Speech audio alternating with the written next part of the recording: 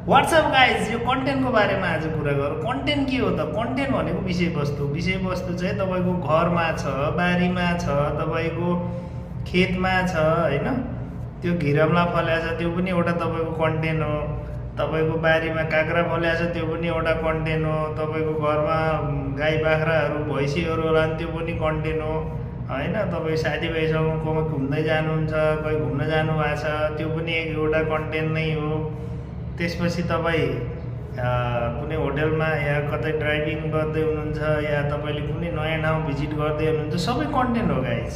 तपाईँहरूलाई थाहा नभए पनि म तपाईँहरूलाई बताइदिन्छु, त्यो सबै कन्टेन्ट हो। यदि तपाईँ बारीमा राम्रो लौका फलेछ, वाह मेरो बारीमा हेर्नुहोस् त गाइज यति ठुलो लौका फलेछ, यसलाई अब आज खानुपर्छ, यसलाई छिल्का फाल्नुपर्छ, एउटा कन्टेन्ट भइसक्यो। त्यसलाई नै कन्टेन्ट भन्छ। अनि तपाईँले सकेसम्म ओरिजिनल आफ्नो भोइसमै भिडियोहरू बनाएर अपलोड गर्नुहोस्। त्यो गर्दाखेरि फेसबुकले चाहिँ तपाईँहरूलाई छिटो ग्रोथ दिन्छ। यदि कसैले फलो गर्नु भएको छैन भने फलो गर्नु होला। कन्टेन्ट भनेको यी नै हो गाइज होइन। कन्टेन्ट भनेको खासै त्यो तपाईँहरूले कहाँ जाने कसरी बनाउने भने सकेसम्म त आफूले बोल्ने प्रक्रियालाई सकेसम्म बाहिर ल्याउनुहोस्, कोसिस गर्नुहोस् क्यामेराको अगाडि बोल्ने। तपाईँ क्यामेराको अगाडि फोकस गरेर बोल्न सक्नुभयो भने जे देखाएर तपाईँहरूले एक्सप्लेन गर्नुहोस्, त्यसलाई त्यही नै कन्टेन्ट हो।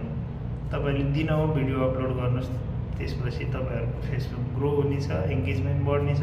फलो नगरेको साथीहरूलाई फलो गर्नुहोस्, लाइक कमेन्ट गर्नुहोस्, एकअर्कालाई जान्ने कोसिस गर्नुहोस्, तब त अघि बढिन्छ नि। ल त हस् त गाइज।